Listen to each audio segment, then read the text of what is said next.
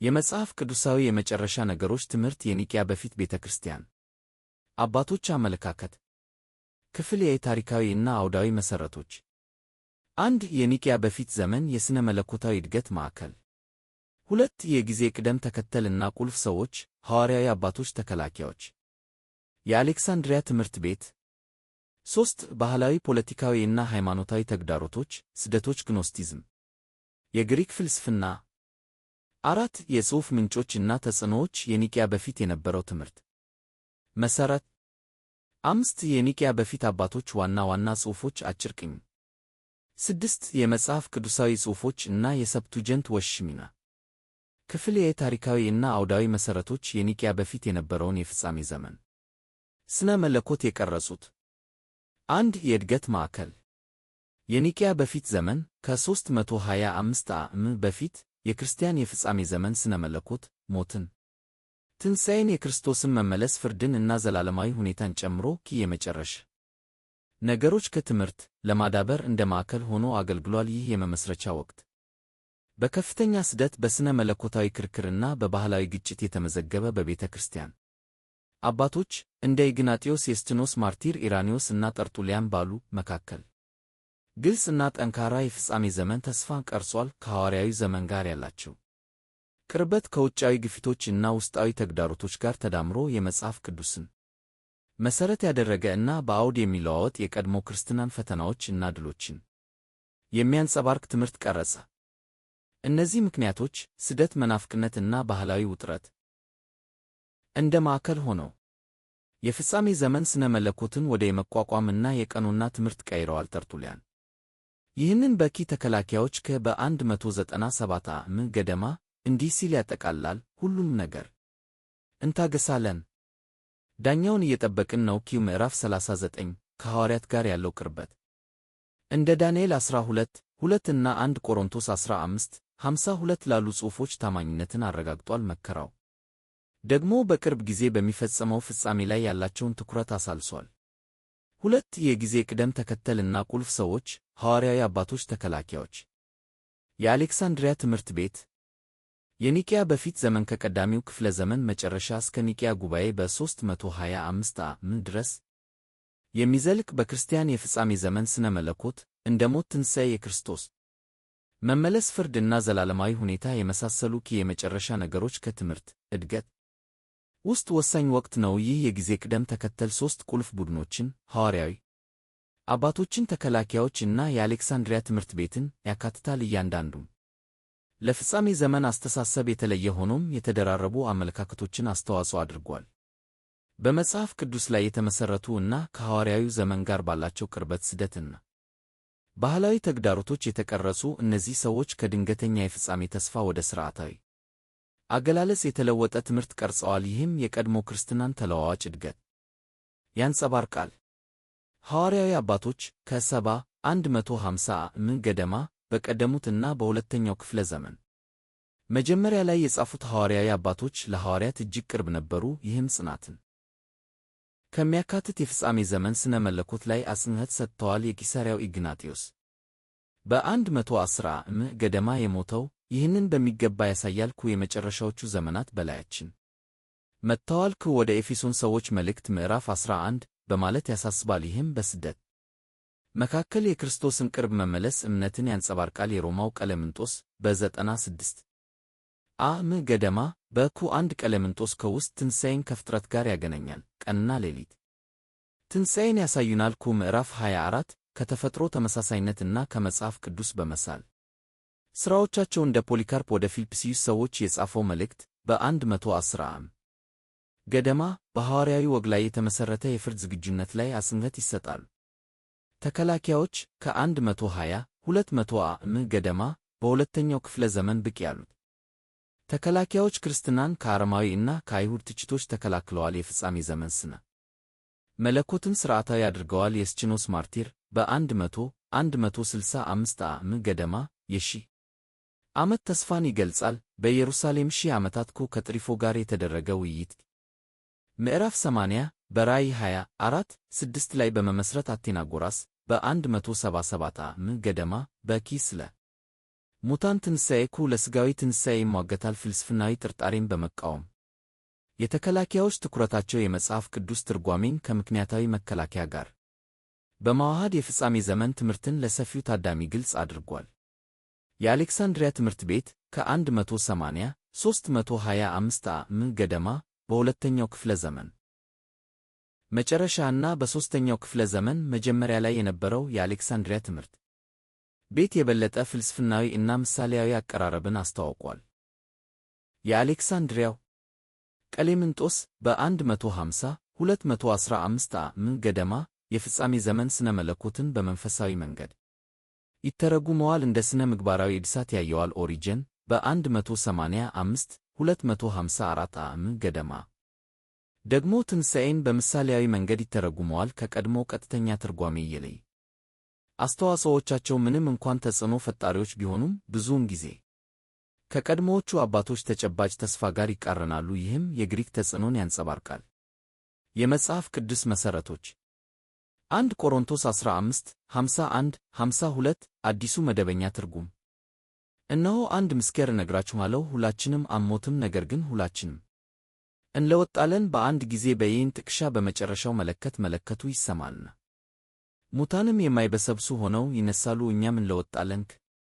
ይህ ከጳውሎስ ወደ ቆሮንቶስ ሰዎች የተጻፈው መልእክት ክፍል ለሐዋርያዊ አባቶችና ለተከላካዮች ወሳኝ ነበር። የትንሣኤን ድንገተኛነትና የለውጥ ኃይልን ዋና የፍጻሜ ዘመን ክስተት ያጠቃልላል። ኢግናጢዮስ ሰማዕትነት ሲገጥመው ኢየሱስ ክርስቶስን ልድረስክ በማለት በዚህ ተስፋ ላይ በተዘዋዋሪ ይሳባል። ወደ ሮማውያን መልእክት ምዕራፍ 6 ከሞት ወደ ዘላለም ሕይወት የሚደረገውን ሽግግር ከጳውሎስ እንለወጣለን ጋር በማመሳሰል ከመጨረሻው መለከት እና ከሙታንም ይነሳሉ የሚሉት ቃላት የቅርብ ሥጋዊ ትንሣኤን በተመለከተ ያላቸውን ተስፋ አጠናክረዋል። ይህ እምነት የሮማው ቀሌምንጦስ በ1 ቀሌምንጦስ ምዕራፍ 24 የተፈጥሮን ውደት ከዚህ ተስፋ ጋር በማገናኘት ያስተጋባዋል። ለተከላካዮች ዩስጢኖስ ማርቲር ይህንን የመጀመሪያው ተከላካዮች ምዕራፍ 51 ከክርስቶስ መመለስ ጋር ያገናኘዋል። ግኖስቲካዊ መንፈሳዊነትን በመቃወም አካላዊ ክስተት ላይ አጽንዖት ይሰጣል። በታሪክ ይህ ጽሑፍ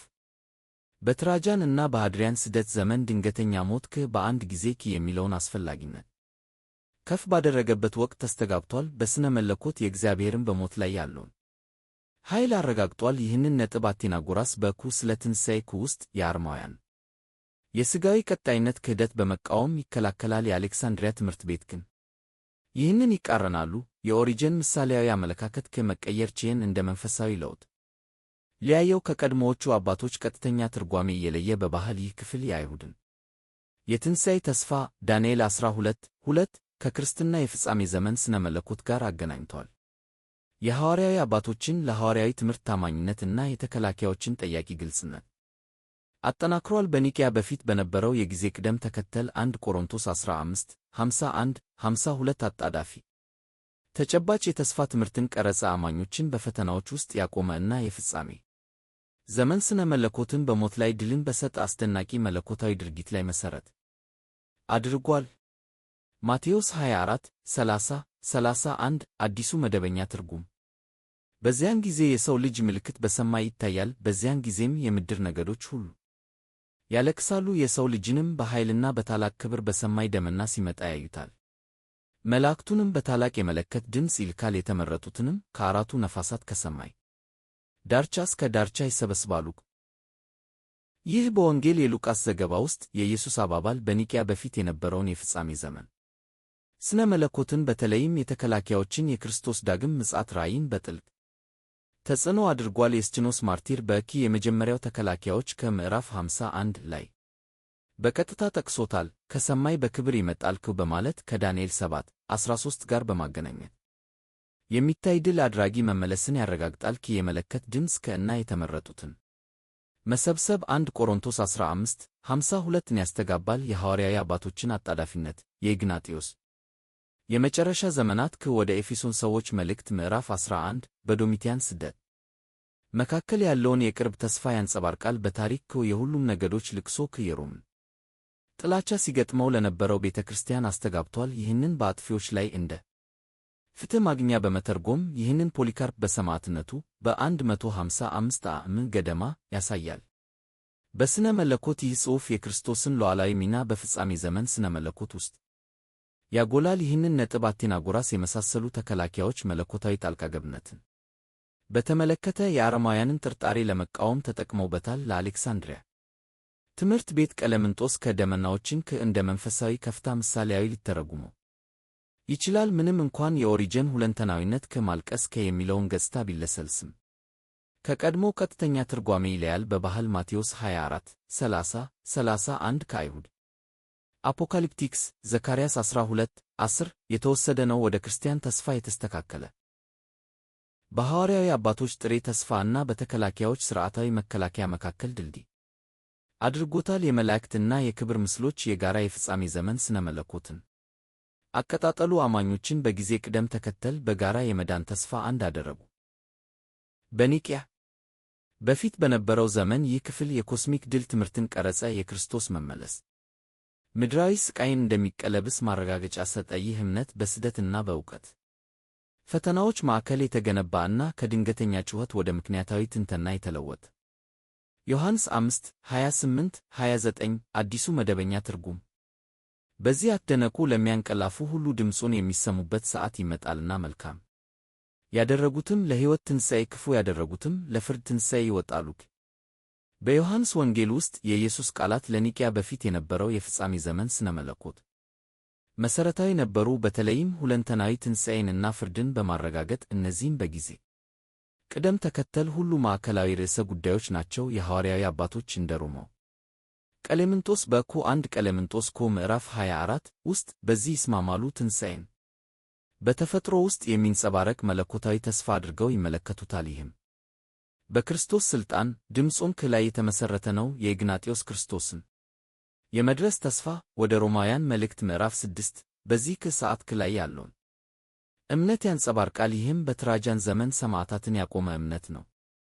ለተከላካዮች የስጥኖስ ማርቲር ይህንን የመጀመሪያው ተከላካዮች ከምዕራፍ 52 ላይ ለሥጋዊ ትንሣኤ ለመከራከር ይጠቅሳል። የግኖስቲካዊ አካላዊ ከሞት በኋላ ያለውን ሕይወት ክህደትን በመቃወም አቴናጎራስ ደግሞ የእግዚአብሔር ፍትሕ የአረማውያን ትችቶች በመቃወም ይከላከልለታል። በታሪክ ሁለቱ ውጤቶች የሕይወት ትንሣኤ ፍርድ የዘመኑን ግልጽ ምርጫዎች ያንጸባርቃሉ። በስደት መካከል ታማኝነት ወይም በግፊት ውስጥ ከሃዲነት፣ ይህም በፖሊካርፕ አቋም ውስጥ ይታያል። በሥነ መለኮት ዮሐንስ 5 28 29 የክርስቶስን እንደ ዳኛ ያለውን ሚና ዮሐንስ 5 22 አጠናክሯል። ይህ እውነት የአሌክሳንድሪያ ትምህርት ቤት አሻሽሏል። የኦሪጀን ምሳሌያዊ ዝንባሌ ትንሣኤንክ እንደ መንፈሳዊ መነቃቃት ሊተረጉመው ይችላል። ከጠርጡልያን በኋላ ከነበረው ቀጥተኛ ትርጓሜ ስለ ትንሣኤ ምዕራፍ 18 እየለየ በባህል ይህ ጽሑፍ ዳንኤል 12:2ን ያስተጋባል። የአይሁድንና የክርስቲያን የፍጻሜ ዘመን ሥነ መለኮትን ያገናኛልና ስነ ምግባራዊ ግፊቱ መልካም ያደረጉት ወይም ክፉ ከኢግናጢዮስ የቅድስና ጥሪ እስከ የአሌክሳንድሪያው ቀለምንጦስ የሥነ ምግባር ትኩረት ድረስ በሁሉም ቡድኖች ውስጥ ስነ ምግባራዊ አጣዳፊነትን ቀርጿል። በኒቅያ በፊት በነበረው ልማት ይህ ክፍል የተጠያቂነትን የተስፋ የፍጻሜ ዘመን ሥነ መለኮትን ቀረጸ። የሐዋርያዊ አባቶችን የቅርብ ተስፋ የይቅርታ ጠያቂዎችን የይቅርታ ግልጽነትና የአሌክሳንድሪያ ትምህርት ቤትን ፍልስፍናዊ ጥልቀት አዋህዷል። በእግዚአብሔር ፍትሕና በመልሶ ማቋቋም ራእይን አቅርቧል። ይህም በዘመኑ ፈተናዎች የተሳለ የዳበረ ሆኖም በክርስቶስ ሉዓላዊ ድምፅ ላይ የተመሠረተ 3 ባህላዊ፣ ፖለቲካዊ እና ሃይማኖታዊ ተግዳሮቶች ስደቶች ግኖስቲዝም የግሪክ ፍልስፍና የኒቅያ በፊት ቤተ ክርስቲያን አባቶች የፍጻሜ ዘመን ሥነ መለኮት ሞትን፣ ትንሣኤን፣ የክርስቶስን መመለስ፣ ፍርድን እና ዘላለማዊ ሁኔታን የመሳሰሉ የመጨረሻ ነገሮችን የሚያካትት በዘመናቸው ከ325 ዓ.ም በፊት በነበሩት ባህላዊ፣ ፖለቲካዊና ሃይማኖታዊ ተግዳሮቶች በጥልቅ ተቀርጿል። በሮማውያን አገዛዝ ስር የነበሩ ስደቶች፣ የግኖስቲዝም ሥነ መለኮታዊ መዛባትና የግሪክ ፍልስፍና አእምሮአዊ ግፊቶች ትምህርታቸውን የፈተኑ እና ያጣሩ ማዕከል ፈጠሩ። እንደ ኢግናጢዮስ፣ የስችኖስ ማርቲር፣ ኢራኒዮስ እና ጠርጡልያን ያሉ ሰዎች በችግር ውስጥ በተፈጠረ ተስፋን፣ ቀኖናንና የእግዚአብሔርን ተስፋዎች አካላዊ እውነታን በሚያጎላ በመጽሐፍ ቅዱስ ላይ የተመሠረተ የፍጻሜ ዘመን ስነ መለኮት ምላሽ ሰጡ። ስደቶች የሮማውያን ስደቶች ከኔሮ በ64 ዓ.ም ገደማ እስከ ዲዮቅልጥያኖስ በ313 ዓ.ም ገደማ ድረስ ክርስቲያኖችን እንደ ማኅበራዊ ስጋት አድርገው በመቁጠር የፍጻሜ ዘመን ተስፋቸውን አጠናከሩ። ኢግናጢዮስ ሰማዕትነትን ሲገጥመው ኢየሱስ ክርስቶስን ልድረስ ወደ ሮማውያን መልእክት ምዕራፍ 6 በማለት ይጽፋል። ይህም ከክርስቶስ መመለስ ጋር የተያያዘ የመዳን ተስፋን ያንጸባርቃል። በዶሚቲያን እና በትራጃን ዘመን የነበረው ስደት የፍጻሜ ዘመን አጣዳፊነትን አቀጣጥሏል። ይህም በጠርጡልያን ይቅርታኪ በ197 ዓ.ም ገደማ ውስጥ ይታያል። ሁሉም ነገር እንታገሳለን፣ ዳኛውን እየጠበቅን ነው። ምዕራፍ 39 ግኖስቲዝም በሁለተኛው ክፍለ ዘመን የነበረ መናፍቅነት ሥጋዊ ትንሣኤን ክዷል። መንፈሳዊ ከሞት በኋላ ያለውን ሕይወት ያበረታታል። ኢራኒዮስ ይህንን ኑፋቂዎችን የሚቃወም በ180 ዓ.ም ገደማ ውስጥ ይቃወማል። ቃሉ ሥጋ ሆነ ሊያስነሳው ግ14.1 በማለት ቀኖናን ይከላከላል። ይህ ተግዳሮት በትንሣኤ እና በመንግሥቱ የመሳሰሉ አካላዊ የፍጻሜ ዘመን ክስተቶች ላይ ያላቸውን ትኩረት አሳልሷል። የግሪክ ፍልስፍና በነፍስ ዘላለማዊነት ላይ ከሥጋዊ እድሳት በላይ ባለው አጽንዖቱ ከአይሁድ ክርስቲያን አፖካሊፕቲክስ ጋር ተጋጭቷል። ዮስጢኖስ ማርቲር የመጀመሪያው ይቅርታ ምዕራፍ 51 ላይ በክብር ይመጣል በማለት አጥብቆ ይናገራል። መንፈሳዊነትን ከሚቃወም ቀጥተኛ ተስፋ ጋር በመጣበቅ ይህ ውጥረት አባቶችን ትምህርታቸውን እንዲያብራሩ ገፋፋቸው። የመጽሐፍ ቅዱስ መሠረቶች ማቴዎስ 24:9-10 አዲሱ መደበኛ ትርጉም በዚያን ጊዜም ለመከራ አሳልፈው ይሰጧችኋል፣ ይገድሏችሁማል፣ በስሜም ምክንያት በአሕዛብ ሁሉ የተጠላችሁ ትሆናላችሁ። በዚያን ጊዜም ብዙዎች ይሰናከላሉ፣ እርስ በርሳቸውም አሳልፈው ይሰጣጣሉ፣ እርስ በርሳቸውም ይጠላላሉ። ይህ በወንጌል የሉቃስ ዘገባ ውስጥ የኢየሱስ ትንቢት ለኒቅያ በፊት የነበረውን የስደት ምላሽ በቀጥታ አሳውቋል። ስቃያቸውን ለፍጻሜ ዘመን ፍጻሜ እንደ ቅድመ ሁኔታ በመቅረጽ ኢግናጢዮስ ይህንን ወደ ሮማውያን መልእክት ምዕራፍ 6 ውስጥ ያሳያል። እሳትና መስቀል ይምጣ ሰማዕትነትን በሮማውያን ጥላቻ በትራጃን በ98-117 ዓ.ም ገደማ ዘመን ወደ ክርስቶስ የሚወስድ መንገድ አድርጎ ያየዋል። በአሕዛብ ሁሉ የተጠላችሁ የሚለው ሐረግ ልምዳቸውን ያንጸባርቃል። የኔሮ በሮም እሳት 64 ዓ.ም በኋላ ያደረገው ማጥፋት እና የዶሚቲያን ውሳኔዎች በ81-96 ዓ.ም ገደማ ክርስቲያኖችን እንደ አጥፊዎች ምልክት አድርገዋል። ጠርጡልያን ይህንን ተከላካዮች ምዕራፍ 39 ውስጥ እንዲህ ሲል ያንጸባርቃል። እኛ የምንታገስ ሰዎች ነን፣ ዳኛውን እየጠበቅን ነው በማለት ስደትን ከቅርብ ጊዜ ዳግም ምጽአት ጋር ያገናኛል። በታሪክ ይህ ጽሑፍ ፈተናዎቻቸውን እንደ የዘመን መጨረሻ ምልክቶች አድርጎ አረጋግጧል። እንደ 1 ተሰሎንቄ 4:16-17 ባሉ ጽሑፎች ላይ ያላቸውን ተስፋ አጠናክሯል። በሥነ መለኮት የክርስቶስን ስደተኞችን መተባበር አጽንቷል። ይህን ማጽናኛ ኢራኒዮስ ያስተጋባል። ቃሉ ሕይወትን ይሰጠናል። ኑፋቂዎችን የሚቃወም ግ14.1 በባህል የሮማን የክብር ሕግጋትን ይቃረናል። በእምነት መሞት ሞኝነት በነበረበት ሆኖም አባቶች ድል አድርገውታል። ይህም ፖሊካርፕ በሰማዕትነቱ በ155 ዓ.ም ገደማ ይመሰክራል። ከግኖስቲዝም በተቃራኒ የዚህ ክፍል አካላዊ መከራ ተጨባጭ የፍጻሜ ዘመን ስነ መለኮትን አጠናክሯል። መንፈሳዊ መዳን ሳይሆን የግሪክ ፍልስፍና የመከራ ንቀት በዚህ የፍትሕ ማረጋገጫ ተስፋ ተሽሯል። ይህም የመቋቋም ትምህርትን ቀረጸ። በኒቅያ በፊት በነበረው ማዕከል ማቴዎስ 24:9-10 የጽናት የፍጻሜ ዘመን ስነ መለኮትን አቀጣጥሏል። ስደትን በክርስቶስ መመለስ እና ምድራዊ ኢፍትሐዊነትን በመጨረሻ መገልበጥ ላይ እምነትን የሚያሳይ ምስክርነት አድርጎ ለውጧል። ይህ ተስፋ በባህላዊ እና ፖለቲካዊ አውሎ ነፋሶች ውስጥ አቆማቸው። ዮሐንስ 1:14 አዲሱ መደበኛ ትርጉም ቃልም ሥጋ ሆነ፣ በእኛም አደረ፣ ክብሩንም አይተናል፣ የአብ አንድ ልጁ የባሕሪ ክብሩን ጸጋና እውነትም የተሞላ። ይህ ከዮሐንስ ወንጌል የተገኘ መሠረታዊ ቁጥር ከግኖስቲዝም ጋር በተደረገው ውጊያ እንደ ምሽግ ሆኖ አገልግሏል። የኒቅያ በፊት የነበረውን የፍጻሜ ዘመን ስነ መለኮት በሥጋ መገለጥ በመቅረጽ የመጨረሻ ነገሮች ላይ ያለውን አንድምታ በመጠቀም ኢራኒዮስ ኑፋቂዎችን የሚቃወም ግ14.1 ውስጥ እንዲህ ሲል ተጠቅሞበታል። ቃሉ ሥጋ ሆነ፣ ሞትን ለማጥፋት እና ሕይወትን ሊሰጠን ይህም አካላዊ አካል ክፉ እንደሆነ እና ትንሣኤ እንደማይገባው የሚናገሩትን የግኖስቲካዊ አባባሎችን በቀጥታ ይከራከራል። የክርስቶስ ሥጋ በክብር የታየው ተስፋቸውን በሥጋዊ ትንሣኤ ላይ ያንጸባርቃል። ተርቱሊያን እንዲህ ሲል ይከላከላል። ሥጋ የመዳን መሠረት ነው። ስለ ሥጋ ትንሣኤ ምዕራፍ 8 በታሪክ በሁለተኛው ክፍለ ዘመን እንደ ቫለንቲኑስ ያሉ ሰዎች በሚታዩበት ጊዜ የግኖስቲዝም መነሳት የክርስቲያን ተስፋን በመንፈሳዊ መንገድ ሊለውጥ የሥጋን ሚና በዘላለም ዓለም ውስጥ በመካድ ስጋት ላይ ነበር። ዮሐንስ 1:14 በክርስቶስ ተጨባጭ መኖሪያ ላይ ባለው አጽንዖት ይህንን ተቃወመ። ከ1 ቆሮንቶስ 15:42 እና ዳንኤል 12:2 ጋር ይስማማል። በሥነ መለኮት ሥጋ መገለጥን ከፍጻሜ ዘመን ሥነ መለኮት ጋር አገናኘው። የክርስቶስ ሥጋዊ በሞት ላይ ያለው ድል የቅዱሳንን ሥጋዊ ትንሣኤ አስቀድሞ አሳይቷል።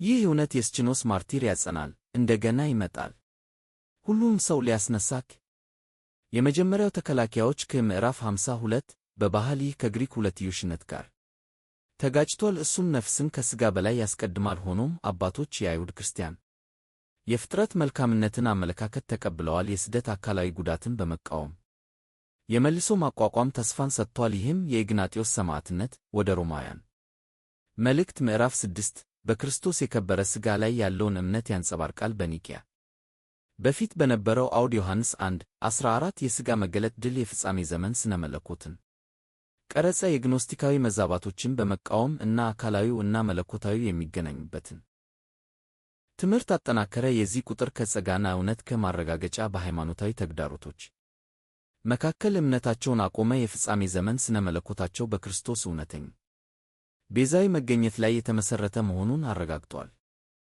ራእይ 1:7 አዲሱ መደበኛ ትርጉም እነሆ ከደመና ጋር ይመጣል፣ ዓይንም ሁሉ የወጉትም ያዩታል፣ የምድርም ነገዶች ሁሉ ስለ እርሱ ያለቅሳሉ። እንዲህም ይሁን አሜን።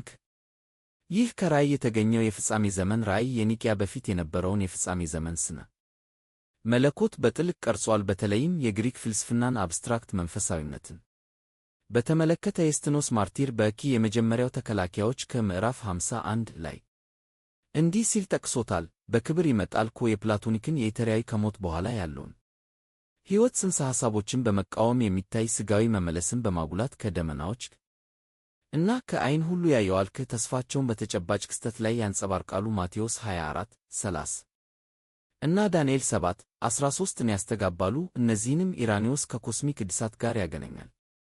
ኑፋቄዎችን የሚቃወም ኬጊ 26.1 በታሪክ ይህ ጽሑፍ የሄለናዊ አስተሳሰብ ባህላዊ ተግዳሮትን በአሌክሳንድሪያ እና በሮም የተስፋፋውን ተቃውሞ ፕሎቲኖስ የመሳሰሉ ፈላስፎች በኋላ ላይ ሥጋዊ ትንሣኤን አልተቀበሉም። አባቶች እንደ ተርቱሊያን እውነታውን አጥብቀው ተናገሩ። ዳኛውን ከሰማይ እንጠብቃለን። ተከላካዮች ምዕራፍ 39 ከራእይ የሕዝብ ፍትሕ ማግኛ ጋር ይስማማል። በሥነ መለኮት የወጉትም እና ከነገዶች ያለቅሳሉ ፍትሕን ቃል ገብተዋል። ይህም በኔሮ እና በዲዮቅልጥያኖስ ስር ስደት የደረሰባትን ቤተ ክርስቲያን ያስተጋባል። የኢግናጢዮስ ቁርጠኝነት ኢየሱስ ክርስቶስን ልድረስ ወደ ሮማውያን መልእክት ምዕራፍ 6 ያንጸባርቃል። ከግኖስቲዝም በተቃራኒ ይህ ሥጋዊ መመለስ ሥጋዊ የፍጻሜ ዘመን ሥነ መለኮትን አጠናክሯል። ይህን ነጥብ ኢራኒዎስ ይከላከላል። 14.1 በባህል የአይሁድን አፖካሊፕቲክስ ዘካርያስ 12:10 ወደ ክርስቲያን ተስፋ አስተካክሏል። የሄለናዊ ቁሳቁስን ንቀት በመቃወም ሆኖም የፍጥረት ሚናን በእግዚአብሔር ዕቅድ ውስጥ አረጋግጧል። በኒቅያ በፊት በነበረው ማዕከል ራእይ 1:7 የድልና የመታየት የፍጻሜ ዘመን ሥነ መለኮትን አቀጣጥሏል። በፖለቲካዊ ጭቆናን በሃይማኖታዊ መዛባት መካከል ተስፋን ሰጥቷል። ከእንዲህም ይሁን አሜን የሚለው ቃል እርግጠኝነታቸውን አትሟል። ፍልስፍናዊ መዳከምን የሚቋቋምና በባህላዊ ግፊቶች ፊት ጸንቶ የሚቆም ትምህርትን ቀረጸ። የክርስቶስን መመለስ እንደ የመጨረሻው እውነታ አዎጅ።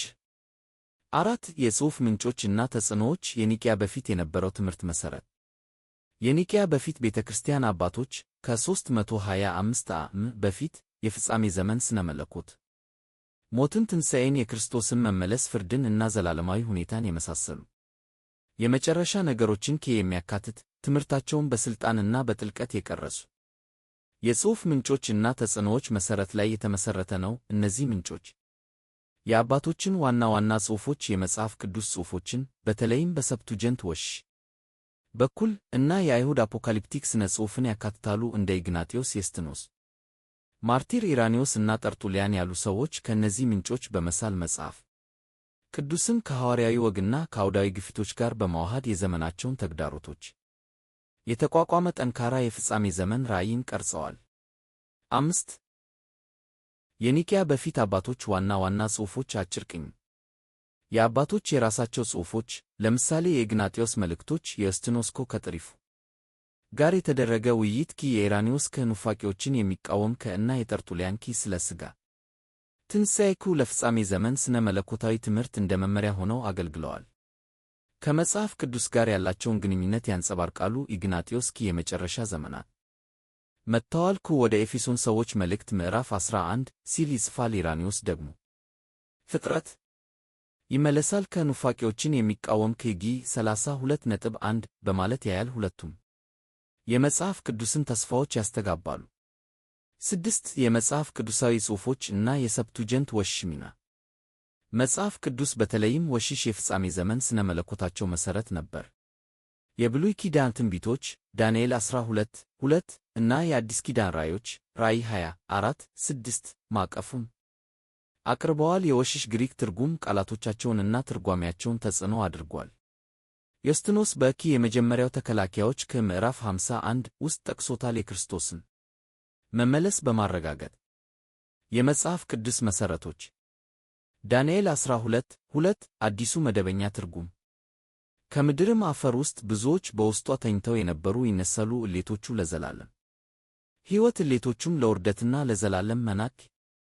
ይህ ከዳንኤል የተገኘ ወሳኝ ቁጥር በሰብቱጀንት ወችሽ በኩል የተገኘው ለኒቅያ በፊት የነበረው የፍጻሜ ዘመን ስነ መለኮት መሠረታዊ የጽሑፍ ምንጭ ነበር። የሥጋዊ ትንሣኤ እና የመጨረሻ ፍርድ እምነታቸውን ያጠናክራል። ኢራኒዮስ ኑፋቄዎችን የሚቃወም ጌ 32.1 ላይ በቀጥታ እንዲህ ሲል ይጠቀማል፣ ጻድቃን ይነሳሉ ምድርንም ይወርሳሉ። ይህንን በክርስቶስ መመለስ የተፈጸመ ትንቢት አድርጎ ያየዋል።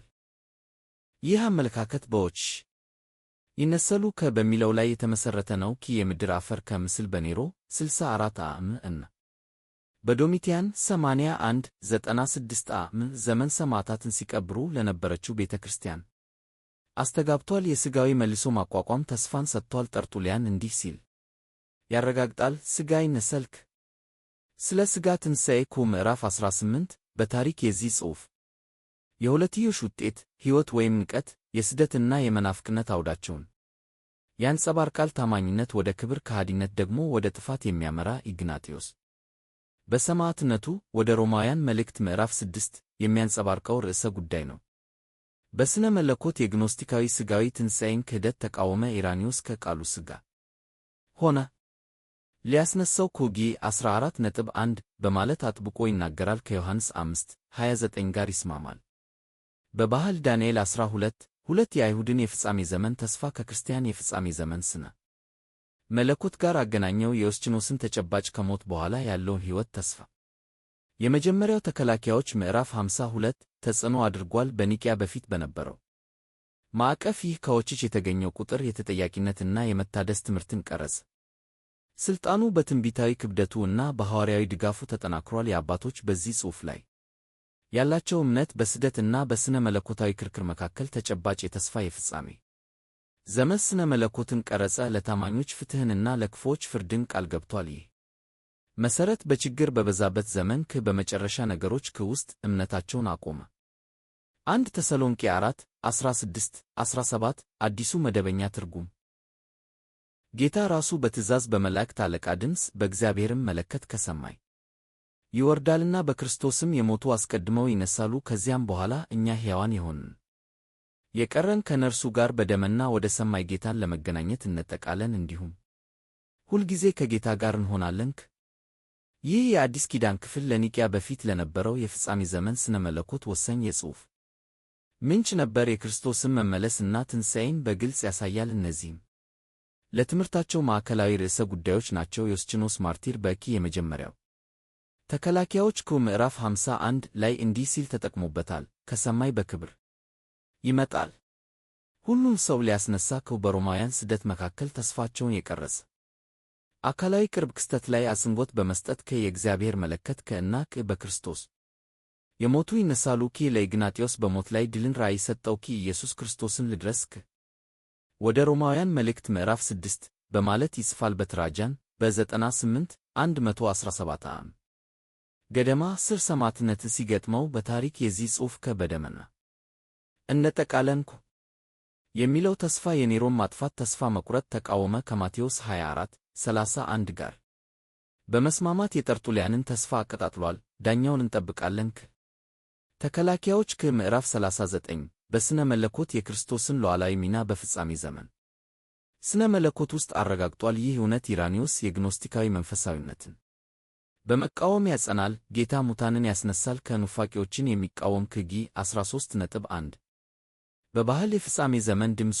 የአይሁድ ወጎችን ለምሳሌ የዳንኤል 7:13 መንግሥት ምስሎች ያስተጋባል። ወደ ክርስቲያን የጋራ ተስፋ እኛ ሕያዋን የሆንን አማኞችን በጋራ ዕጣ ፈንታ በማዋሃድ የአባቶች በዚህ ክፍል ላይ ያላቸው እምነት ከቀድሞዎች የግሪክ የእጅ ጽሑፎች የተገኘ ቀጥተኛ ትርጓሜያቸውን አጠናክሯል። የግሪክ ፍልስፍናን አብስትራክት ከሞት በኋላ ያለውን ሕይወት በመቃወም በአውዳቸው ውስጥ 1 ተሰሎንቄ 4:16-17 የመዳንና የቀጣይነት የፍጻሜ ዘመን ስነ መለኮትን ቀረጸ። ከክርስቶስ ጋር ዘላለማዊ መገኘትን ቃል ገብቷል። ግልጽ ምስሎቹና የትንሣኤ ማረጋገጫው በስደትና በመናፍቅነት አማካኝነት እምነታቸውን ያቆመ የጽሑፍ መሠረት ሰጥቷል። የብሉይ ኪዳን ትንቢትን ከአዲስ ኪዳን ፍጻሜ ጋር በቅርብ ተለዋዋጭ ተስፋ ትምህርት ውስጥ በማዋሃድ ራእይ 26 አዲሱ መደበኛ ትርጉም በመጀመሪያው ትንሣኤ ተካፋይ የሆነ ብፁዕና ቅዱስ ነው። በነርሱ ላይ ሁለተኛው ሞት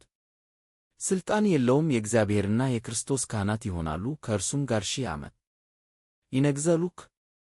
ይህ ከራእይ የተገኘው ቁጥር ቁልፍ የአዲስ ኪዳን የፍጻሜ ዘመን ጽሑፍ የኒቅያ በፊት የነበረውን የፍጻሜ ዘመን ስነ መለኮት በጥልቅ ተጽዕኖ አድርጓል። በተለይም የ1000 ዓመት ተስፋዎቻቸውን እንደ ዋና የጽሑፍ ምንጭ የስችኖስ ማርቲር ከጥሪፎ ጋር የተደረገ ውይይት ምዕራፍ 80 ላይ በግልጽ ጠቅሶታል። በኢየሩሳሌም 1000 ዓመታት ዮሐንስ እንደሚያውጅ በክርስቶስ ጋር ባለው ቀጥተኛ ንግሥና ላይ እምነቱን ያንጸባርቃል። ይህ ተስፋ ኢራኒዮስም ይጋራዋል። ጻድቃን ይነግሣሉ ከኑፋቂዎችን የሚቃወም ጌ 32.1 የመጀመሪያው ትንሣኤ እና ሁለተኛው ሞት የታማኞችን ዕጣ ፈንታ ከዘመኑ ለመለየት ማዕቀፍ ሰጥተዋል። ይህ ጽንሰ ሐሳብ ጠርጡልያን ያስተጋባል። መጨረሻውን እንጸልያለን ተከላካዮች ምዕራፍ 39 በታሪክ ይህ ተስፋ ስደት የደረሰባትን ቤተ ክርስቲያን ያስተጋባ ነበር። እንደ ፖሊካርፕ በ155 ዓ.ም የሞተው ያሉ ሰማዕታት ሞትን ወደ መንግሥት እንደ መድረክ ያዩታል። ብፁዕና ቅዱስ የሚለውን ሁለተኛ ሞት የሚያመልጡትን የሚያንጸባርቅ በስነ መለኮት የግኖስቲዝም ሥጋዊ የፍጻሜ ዘመን ስነ መለኮትን ውድቅ ማድረጉን ተቃወመ። ኢራኒዮስ ሥጋዊ ድሳትን ጌ 14.1 በማረጋገጥ ከ1 ቆሮንቶስ 15:52 ጋር ይስማማል። በባህል ራእይ 26 ከአይሁድ አፖካሊፕቲክ ስነ ጽሑፍ ለምሳሌ የዳንኤል 7:27 የመንግሥት ምስሎች በጠንካራ ሁኔታ ወስዷል። ወደ ክርስቲያን የ1000 ዓመት እምነት ተስተካክሏል። የዮስጢኖስንና የኢራኒዮስን የግሪክ መንፈሳዊነትን በመቃወም የ1000 ዓመታት ክርክርን አስነሳ። ለዮስጢኖስ ቀጥተኛ በኋላ ላይ ምሳሌያዊ ነገር ግን የካህናት ንግሥና ተስፋው በዲዮቅልጥያኖስ 313 ዓ.ም ስር በሮማውያን ጭቆና መካከል የፍትሕ ማረጋገጫ ትምህርትን ቀረጸ። በኒቅያ በፊት በነበረው አውድ ይህ ከራእይ የተገኘው ጽሑፍ በቀደሙት የእጅ ጽሑፎች የተገኘው የድል እና የቅድስና የፍጻሜ ዘመን ስነ መለኮትን ቀረጸ። የትንሣኤ እና የንግሥና ተስፋን ሰጠ። እንደ ሐዋርያዊ ራእይ ሥልጣኑ የጽሑፍ መሠረታቸውን አጠናከረ። የብሉይ ኪዳን ትንቢትን ከአዲስ ኪዳን ራእይ ጋር በማዋሃድ እምነታቸውን በችግር በበዛበት ዘመን ውስጥ ተጨባጭ ድል አድራጊ የወደፊትን እንዲቀጥሉ አደረገ።